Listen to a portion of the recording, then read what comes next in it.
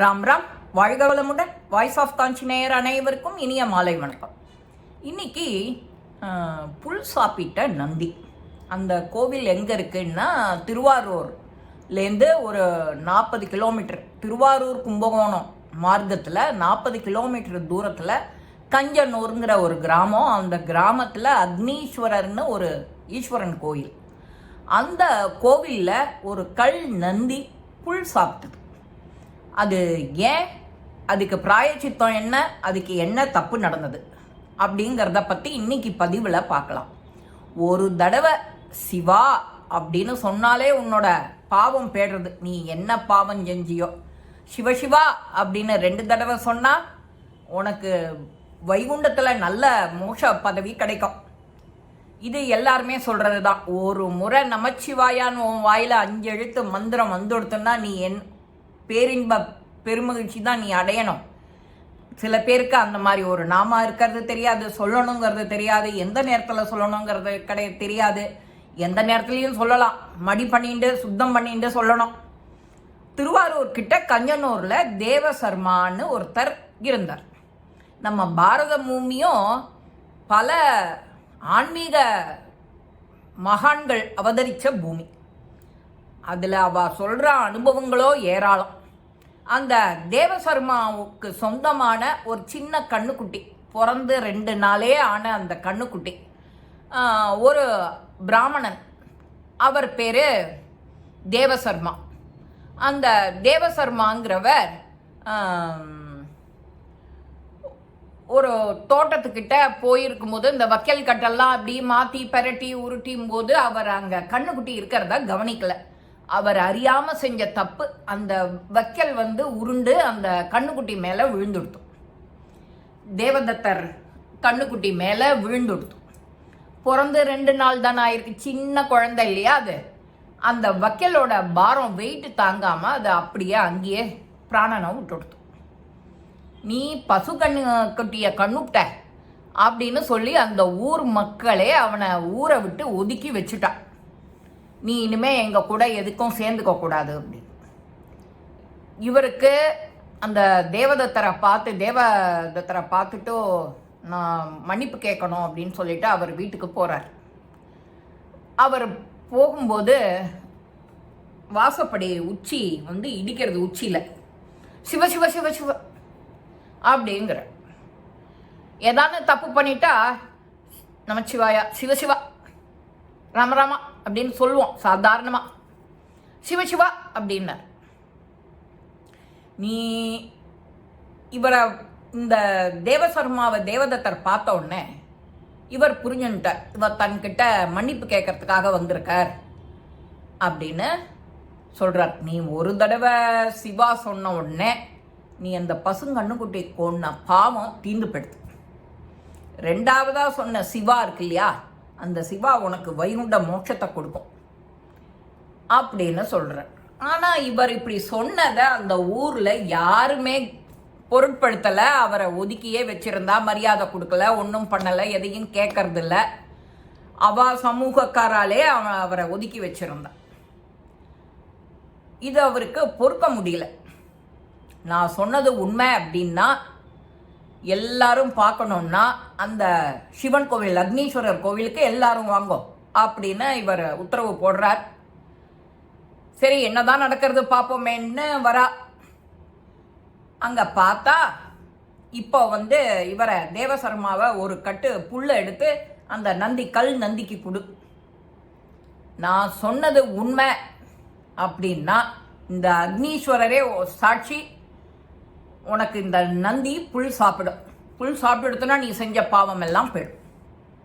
நான் சொன்னது உண்மைன்னா இது நடக்கும் அப்படின்னு விட்டார்.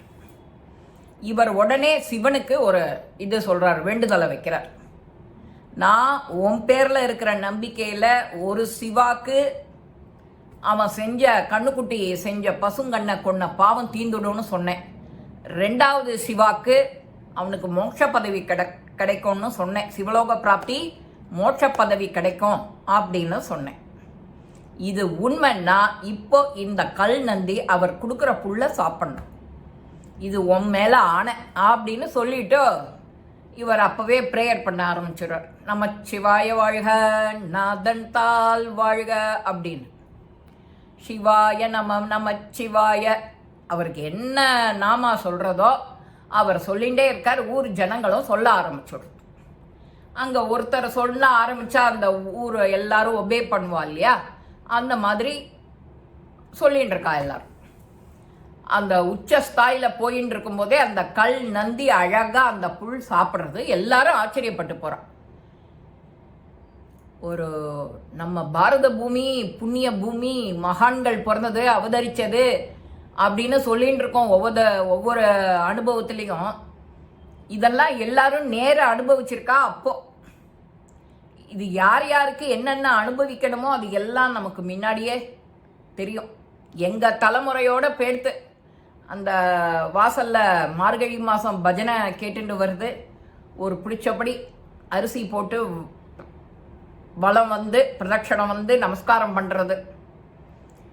அப்போ அந்த காலமெல்லாம் எப்படி இருந்தது? அந்த காலத்தையே நாங்கள் பொற்காலம்னு சொல்ல வேண்டியது தான். அதுக்கு முன்னாடி பாட்டி தாத்தா காலத்தை அவள் இன்னும் பொற்காலம்னு அவள் சொல்லின்னு இருக்கும்போதே நாம் சிரிப்போம். இப்போ தோன்றது இப்போ இருக்கிற காலத்தை பார்த்துட்டு அந்த காலம் நாம் வாழ்ந்த காலம் பொற்காலம். படிப்பு சும்மா இல்லை, டென்ஷன் கிடையாது, இதை இப்போவே படிக்கணும், இவ்வளவு மார்க் வாங்கணும், போட்டி கிடையாது, கமர்ஷியல் கிடையாது, நிம்மதியாக ஜாலியாக சந்தோஷமாக இருந்தோம். யார் யாருக்கு என்னென்ன கற்றுக்கணுமோ எல்லாத்துலேயுமே ஃப்ரீடம் இருந்தது. அவள் அம்மா அப்பாவும் அதுக்கு செஞ்சுட்டு இருந்தா. இப்போ என்னமோ இவாள்லாம் பேசுகிறா, மேடை போட்டு வேற பேசுகிறா. குழந்தைக்கு என்ன பிடிக்கிறதோ அதில் கொண்டே விடுது. இந்த மாதிரி அவர் சொன்ன உடனே, அந்த புல் சாப்பிட்ட உடனே அங்கே இருக்கிறவா எல்லாரும் ஒத்துக்கிறா. அந்த நமச்சிவாய மந்திரத்துக்கு எவ்வளவு மகிமை, அந்த தேவதத்தருக்கு எவ்வளவு மகிமை, அவர் எவ்வளவு உத்தமமான மகான்கிறது எல்லாரும் புரிஞ்சுக்கிறா. இவரையும் தேவசருமாவையும் அன்னிலேருந்து எல்லா காரியங்கள்லேயும் அவரும் பங்கு எடுத்துக்கிறார். இப்போவும் கும்பகோணம் சாலையில் 40 கிலோமீட்டர் தொலைவில் இந்த கஞ்சனூர் இருக்குது. அந்த கல் நந்தியை பார்க்கலாம். பிரதோஷம் வருது இந்த வாரம். அந்த பிரதோஷத்துக்கு யாரான்னு பிளான் பண்ணிட்டேன்னா அங்கே போயிட்டு வாங்கோ. இது எல்லாமே நமக்கு தலையில் எழுதியிருந்தால் தானே நடக்கும், காதில் விழுந்தால் தானே வாயில் வரும். அந்த மாதிரி நம்ம கண் பார்க்கறது 5 புலனுக்கும் நமக்கு அந்த காலத்தில் வேலை இருந்தது. இப்போ கண்ணுக்கு மட்டும்தான் வேலை எல்லாரும் கொடுக்குறா. காது மனசு எல்லாத்தையும் எங்கேயோ கழட்டி வச்சுடுறா. இந்த சிவன் நந்தியை போய் எல்லாரும் பார்த்து பிரதோஷ வேலையில் அதுக்கு கொடுக்குற உபச்சாரங்கள் எல்லாம் பார்த்துட்டோம். நம்பிக்கை எவ்வளவு முக்கியம். ஒருத்தர் சொன்னார்னா அந்த நம்பிக்கைப்படி அவர் நடந்துட்டார். கொடுத்தார் நம்பிக்கையோட. அந்த நம்பிக்கை இப்போ இருக்குமா யாருக்கு தெரியல. நம்பிக்கை தான் வாழ்க்கைன்னு சொல்கிறோம், வாயளவில் சொல்கிறோம், மனசால் செய்கிறோமா என்னங்கிறது தான் தெரியல. நமச்சிவாய வாழ்க. சர்வம் ஸ்ரீ சிவார்ப்பணம். இந்த பதிவு உங்கள் எல்லாருக்குமே பிடிச்சிருக்கும். லைக் பண்ணுங்க, ஷேர் பண்ணுங்க, பெல் பட்டனை கிளிக் பண்ணுங்க, சப்ஸ்கிரைப் பண்ணுங்க, கமெண்ட்ஸ் பாக்ஸில் கமெண்ட்ஸ் போடுங்க. ஸ்ரீ மகாபெரிவா திருவடிகளே சரணம். நல்லதே நடக்கும். ஆனந்தமாக இருப்போம் நண்பர்களே. வாழ்க வளமுடன்.